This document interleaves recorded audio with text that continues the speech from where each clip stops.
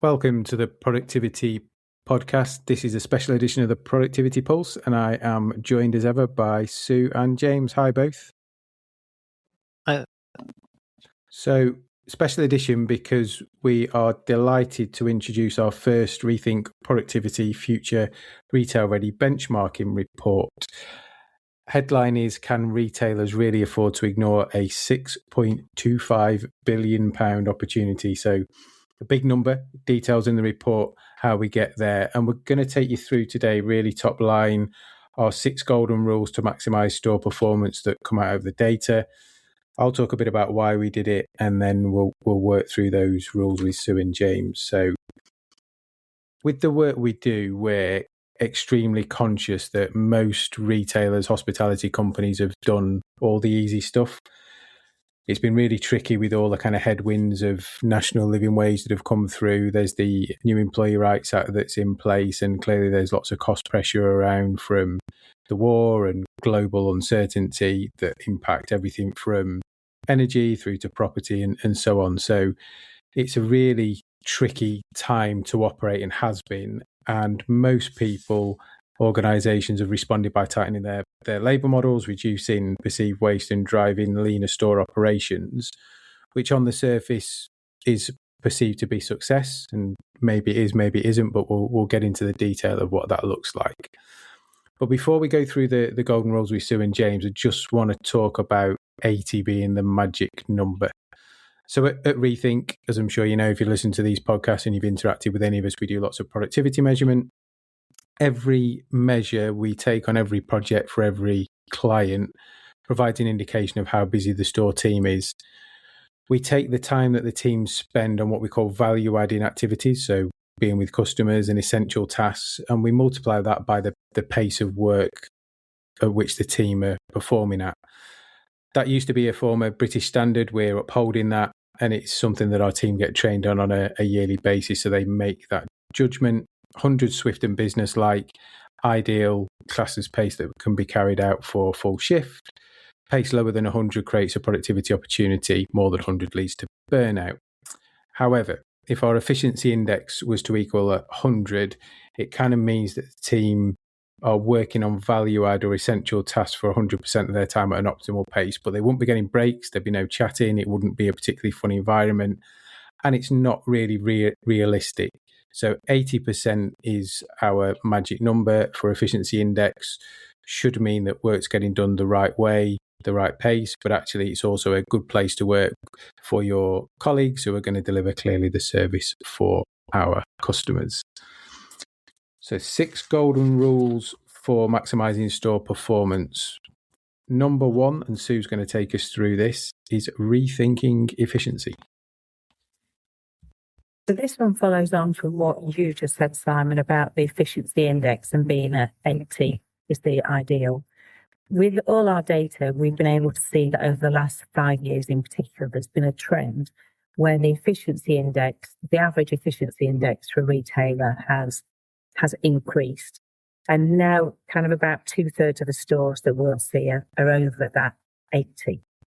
Now, being over 80, it creates a risk of the store becoming overloaded. Because if you like, stores have often operated with a bit of a cushion. So, and those of us that have worked in stores will know that at Christmas, you manage to do a bit more, or, you have a busy bank holiday weekend or something, and you manage to do more than you've ever done with the same amount of people.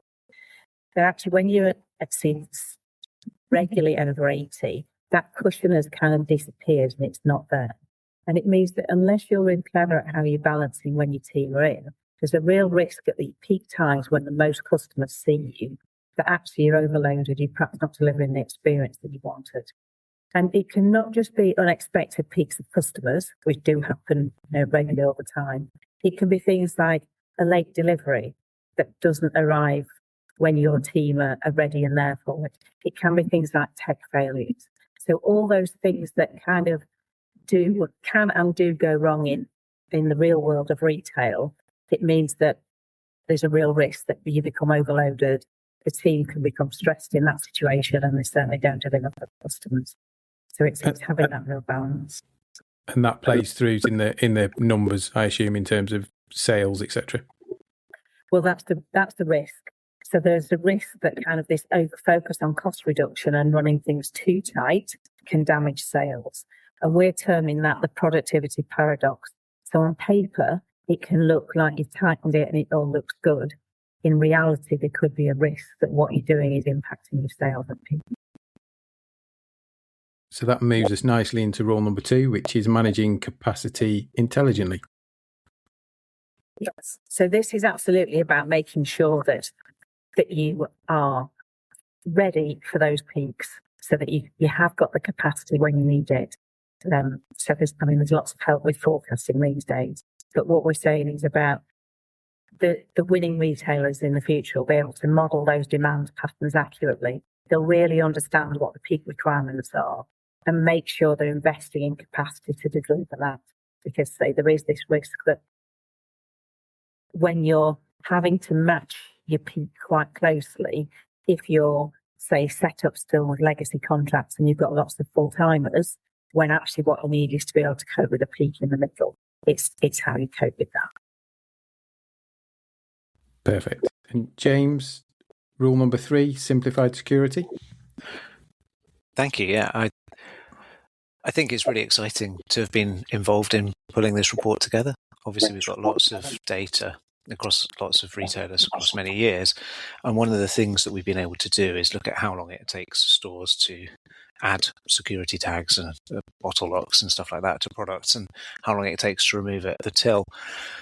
And one of the things that we've observed over the last couple of years when theft is getting worse is security should safeguard your operations productivity.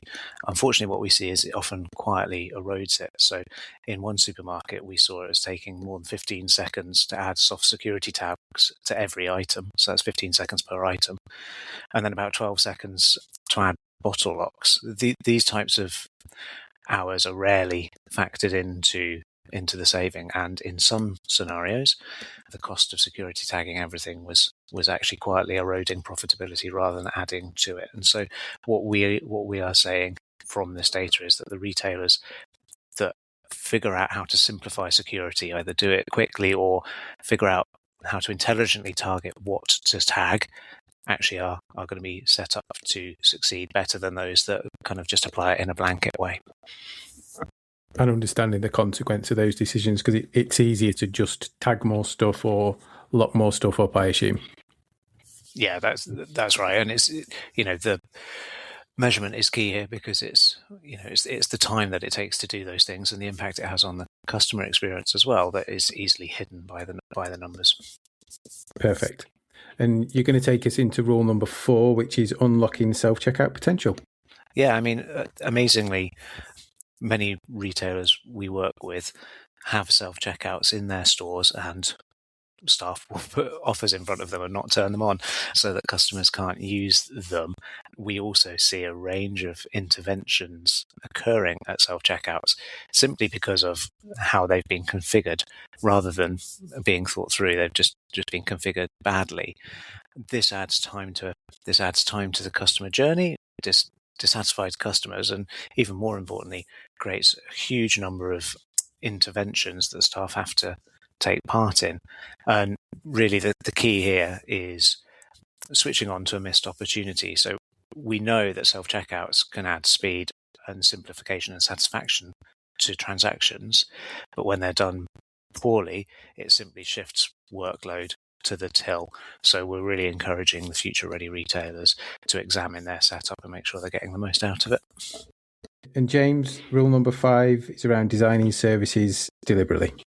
Yeah, I think, in my customer experience days, we always used to talk about start with the end in mind. And I think this is similar to your self-checkout installations.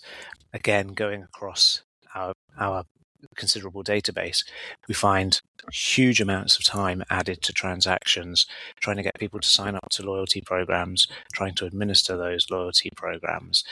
These things need to be implemented with the end in mind, what you're actually trying to achieve. And adding a minute onto a transaction after somebody's already decided to purchase is really not a good use of your or their time. And there are a range of services, like retail has never been more complicated.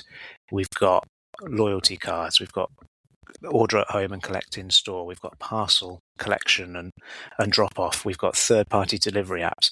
All of these complexities are added onto a store's workload, chasing a profit, but without really thinking about how it's going to impact. And so what we're asking future-ready retailers to do is to think about how these services are designed in order to unlock the value within them, rather than just add lots of extra tasks onto the store teams. Yeah, so I mean, it's like we want these services to attract customers and build revenue, not overwhelm the store teams. Perfect. And the final rule is around deploying technology pragmatically. So prioritize those foundational tools. So things like electronic shelf edge labels, eliminate hours of manual work, and the most disliked kind of tasks from store teams, changing paper labels, done ad hoc. Clearly, there's a big environmental piece. That's a great example. Avoid tech and data for data's sake. So great example is people get really excited about AI weather forecasting. That's only useful if you can react to it as a retailer. So if you have that flexibility in your workforce, if you're producing schedules 3-4 weeks in advance, actually it gives you really, really limited benefit.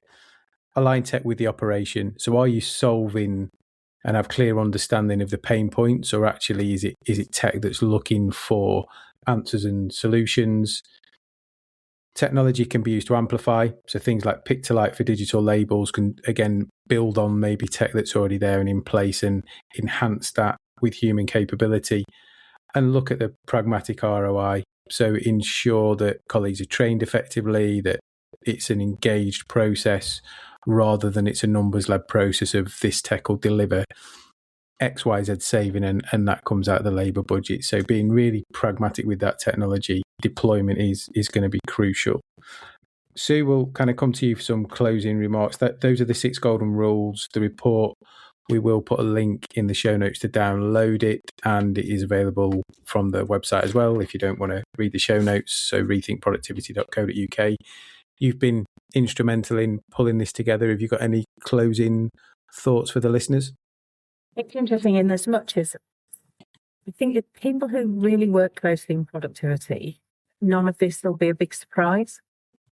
It's a real challenge as, things get tighter to make sure that other departments and other parts of your organisation really understand where your business is at. So I think there's 2 things here. One is kind of the report might be really useful in helping engage other parts of the operation, understand, kind of what they're asking of you and what the impact of what they're asking for. I remember from, my time looking after models and things, there was always somebody asking you to just always squeeze in something extra. And I think those days are kind of tricky for most retailers. And the other is a plea for more work for us, I guess, in as much as because things are much tighter and more complex at the same time, having real data and evidence to base decisions on is really important. There's not enough flex in the system to be able to kind of make gut feel judgments. So actually it's where data really is your friend to help you make those decisions. So they'd be the 2 things I'd close with. Perfect. James, any closing remarks? Just how valuable it is to have the data. I'd echo what Sue said. Like we looked at all of our data since the pandemic, since the end of lockdown, to pull this report together, come up with some startling numbers in terms of how long these things take that people may not have thought of before. So do download it, have a look, get in touch if you have any questions about the data. Perfect. Thanks, James. And I'll leave you with where we started. So starting with the end in mind, it's a £6.25 billion problem across retail that could be unlocked using the same labour. So download the report, have a read, get in touch with any questions, and James, Sue and I will be back with the next Productivity Pulse episode soon. Thanks both.